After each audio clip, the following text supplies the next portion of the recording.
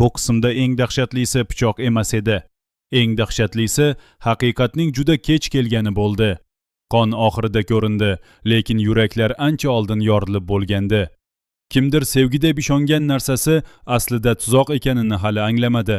Kimdir o'zini kuchli deb ko'rsatib yurib, aslida fosh bo'lishdan titradi.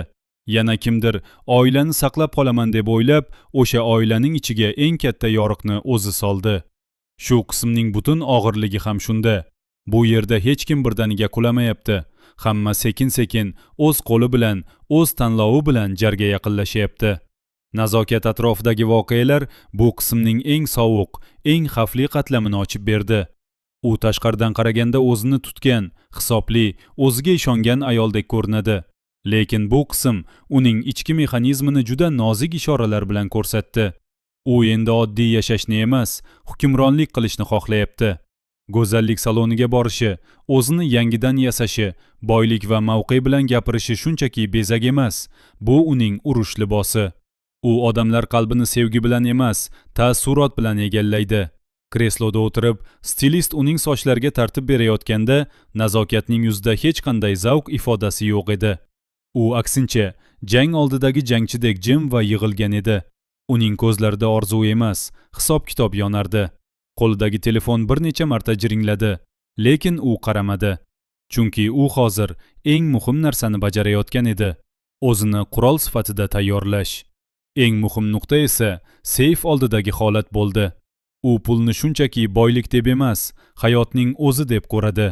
Kecha yarim tunda uy hamma uxlab yotganda nazokat seyfni ochdi. Barmoqlari raqamlarni bosganda qo'llari qaltiramasdi.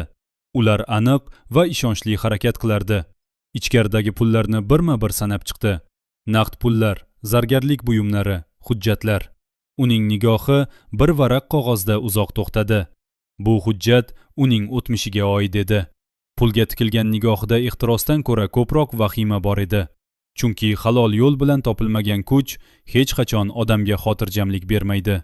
Shu sabab u eshikni qulflaydi, hech kimni yaqinlashtirmaydi. Hatto eng yaqin odamning ovozi ham unga tahdid bo'lib eshitiladi. O'shanda eri uyg'onib, "Nima qilyapsan?" deb so'radi. Nazokat bir zum qotib qoldi. Yuziga sovuq jilva qo'ydi va "Hujjatlarini tartibga solayotgan edim" dedi. Bu juda kichik detaldek tuyuladi, lekin aslida kelajakning kaliti shu yerda. Nazokatni yiqitadigan narsa tashqaridan keladigan zarba emas, ichkarida yashirgan narsalari bo'ladi. Yana bir o'ta muhim qatlam. Nazokatning o'tmishi haqida yig'ila boshlagan parchalar. Bir kuni kechki ovqat paytida uning qaynonalari eski fotosuratlarni ko'rib o'tirgan edi. Nazokat xonaga kirganda qaynona tezda suratlarni yashirdi. Lekin nazokat allaqachon ko'rib qo'ygan edi. Suratda boshqa ism, boshqa yuz, boshqa hayot bor edi. O'sha kechasi u o'z xonasida uzoq yig'ladi. Lekin bu pushaymonlikdan emas, qo'rquvdan edi. Ismlar almashgan, hujjatlar almashgan, hayotlar almashgan. Bu oddiy ayyorlik emas, bu o'zini qayta-qayta tug'dirib, har safar eski gunohdan qochib ketish usuli. Lekin drama qonuni bitta. Kim o'zini ko'p bor o'zgartirsa, bir kuni o'sha eski yuzlarning hammasi birdaniga qaytib keladi. Shu qismda nazokat haqida aytilgan mayda gaplar kelajakdagi katta portlashning urug'i bo'ldi. Bir paytlar kambag'allikdan qarz so'rab yurgan ayolning bugun qudrat bilan gapirishi tasodif emas. U boylikka mehnat bilan emas, odamlarning bo'sh joyini topib kirish bilan yetgan. Va eng qo'rqinchlisi, u buni yolg'iz qilmagan, tizim qilib qilgan. U odamlarni faqat aldab qo'ymaydi. U uylarning ichiga kiradi, ishonchni o'g'irlaydi. Xizmatkor qilib ham, yor qilib ham, dardkash bo'lib ham kiradi. Bu ayolning jang maydoni ko'cha emas, oila. Sodiq esa shu qismda eng achinarli, eng g'azablantiradigan fojianing markazida turdi. Uning fojiasi shundaki, u sevayotgan ayolni emas, o'zi tanlagan tasvirni himoya qilyapti. Ertalab u ishga ketayotganda eng yaqin do'sti unga qo'ng'iroq qilib, "Sodiq, xotining haqida gaplashishimiz kerak" dedi. Lekin Sodiq kulib qo'ydi. Nazokat haqida hech qanday yomon gap eshitishni xohlamayman. U do'stining ogohlantirishini kesib tashladi. Chunki Sodiq uchun nazokat haqida aytilgan haqiqatni qabul qilish faqat sevgidan ayrilish emas, bu o'z hukmida adashganini tan olish degani. Bunday erkaklar ko'pincha dalilga emas, g'ururga tayanadi. Shuning uchun unga ko'rsatilgan ishoralar, aytilgan ogohlantirishlar, hatto yuziga urilgan haqiqat ham devorga urilgandek qaytdi. U ishonishni tanladi, chunki ishonmaslik o'zini ahmoq deb tan olishga teng edi. Kechki ovqat paytida nazokat unga yana bir marta yolg'on gapirdi. Sodiq buni bilardi, lekin yaxshi, ishonaman dedi. Uning ko'zlarida og'riq bor edi, lekin og'izda tabassum. Va mana shu ko'r-ko'rona ishonch uni qonli nuqtaga olib keldi. Pichoq tushgan lahza aslida bir odamning badaniga emas, uning illyuziyasiga urildi. Qorong'i yo'lakda kimdir uni kutib turgan edi. Sodiq hech narsani sezmay oldinga yurdi. Nodira atrofidagi chiziq esa bu qismning axloqiy zarbasini berdi. U qo'lga olingan paytda atrofdagilarning reaksiyasiga qarang. Hech kim chin dildan hayratda emas. Kimdadir ichki qoniqish, kimdadir achinish, kimdadir esa sovuq hukm bor. Nodira ish joyining oldida qo'lga olindi. Hammasidan oldin uning eng yaqin hamkasbi yuzini boshqa tomonga burdi. Kimdir pichirladi. Men bilardim, ertami, kechmi? Kimdir esa, voy bechora dedi. Lekin uning ko'zlarida achinish emas, nafrat bor edi. Demak, Nodiraning qulashini hamma ichida kutib yurgan. Bu juda muhim. Odam birdaniga yomon nom chiqarmaydi. Avval atrofdagilar ishonchini yo'qotadi, keyin bir kun kelib faqat qog'oz bilan tasdiqlanadi. Nodiraning o'zini oqlash usuli ham uning zaif joyini ko'rsatdi. U tergovchiga, men hech narsa qilmadim, tuhmat qilishyapti dedi. Lekin uning ovozi titrardi. Ko'zlari bir nuqtaga emas, yon tomonga qarab turardi. U aniq va pok gapira olmadi, chunki gunohga ko'nikkan odamning tilida begunohlikning ohangi bo'lmaydi. Endi bu ish faqat bitta odam bilan tugamaydi. Tergov chuqurlashsa, kasalxonadagi boshqalar ham birin-ketin chaqiriladi. Hozir jim turganlardan bittasi chidamay gapiradi. Aynan yon tomonda yurib hamma narsani ko'rib kelgan, lekin ovoz chiqarmagan bir kishi keyingi zarbani beradi. Ajrim qog'ozi kelgan sahna esa tashqaridan sokin ko'rinsa-da, aslida juda katta ma'naviy sinish edi. Ba'zan oila sudga ariza berilgan kuni buzilmaydi. Undan oldin aytilgan bitta og'ir gapda buziladi. Shunday kunning ertasiga ertalab pochta orqali konvert keldi. Ayol qo'lini cho'zganida qaltirardi. U konvertni ochdi. Bir varaq qog'oz chiqdi. Ajrim to'g'risida ariza. U bir marta o'qidi, ikkinchi marta o'qidi.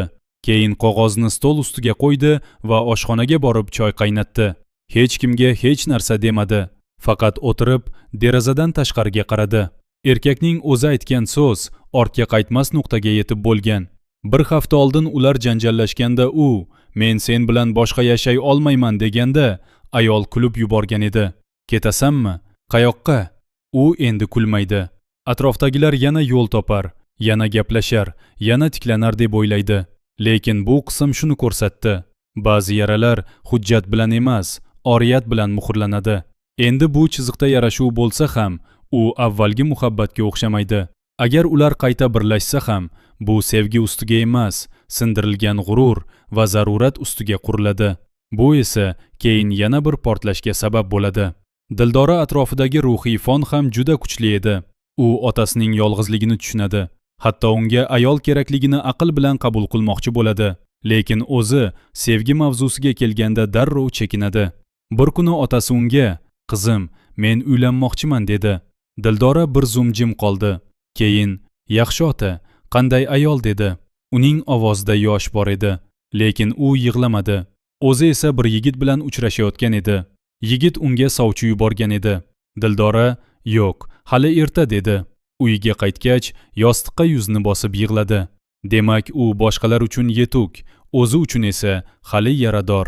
U o'zini kuchli tutadi, lekin his qilsa qochadi. Bu juda muhim xarakter belgisi. Kelasi qismlarda Dildorani aynan shu ikkilanma ezadi. Oila uchun to'g'ri bo'lgan tanlov va yurak uchun to'g'ri bo'lgan tanlov bir-biriga to'g'ri kelmaydi. Unga bo'lgan jiddiy niyat ham shunchaki romantik yo'nalish emas. Bu otaning roziligi, qizning ichki tayyorgarligi va ayolning qo'rquvi o'rtasidagi murakkab kurashga aylanadi. Bolalar bilan bog'liq sahnalar esa bu qismning eng og'riqli, eng sokin fojiasi bo'ldi. Ota bolalar bilan mehrli, iliq, e'tiborli ko'rindi. Bir kuni kechki ovqatda u eng kichik qizining sochlarini silab, "Dadang sizlarni hech qachon tashlab ketmaydi" dedi. Qiz esa, lekin onam ketdi-ku, deb javob berdi. Ota bir zum qotib qoldi. Keyin onang qaytadi dedi. Lekin uning ko'zlarida ishonch yo'q edi. Bir qarashda bu yaxshi, lekin drama aynan shu joyda yurakni siqadi. Bolalar kechikkan mehrni tez qabul qiladi, chunki ular hisob-kitob qilmaydi. Ular sog'ingan narsasiga yuguradi. Shu sabab bu chiziq kelajakda juda xavfli tomonga ketadi. Kattalar o'rtasidagi urush allaqachon bolalar qalbiga ko'chib bo'ldi. Kimdir bolalar orqali o'ch olmoqchi, kimdir bolalar orqali o'zini oqlamoqchi, kimdir esa bolalarni bahona qilib egallashni xohlayapti. Oxirdagi shoshilinch ravishda chet elga ketish haqidagi maslahat ham bejiz emas. Ayol do'stlardan birining aytishicha, farzandlaringni olib bir muddat ket, bu yerda xavfsiz emas. Bu endi oilaviy janjal emas, qochish va quvish bosqichiga kirayotganini anglatadi. Keyingi qismda aynan bolalar masalasi eng keskin qarorlarni tug'diradi.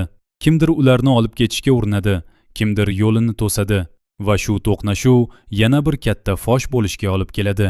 Qurilish maydonidagi chiziq bir qarashda asosiy voqealardan chetroqdek tuyuladi, lekin aslida bu serialning axloqiy markazlaridan biri.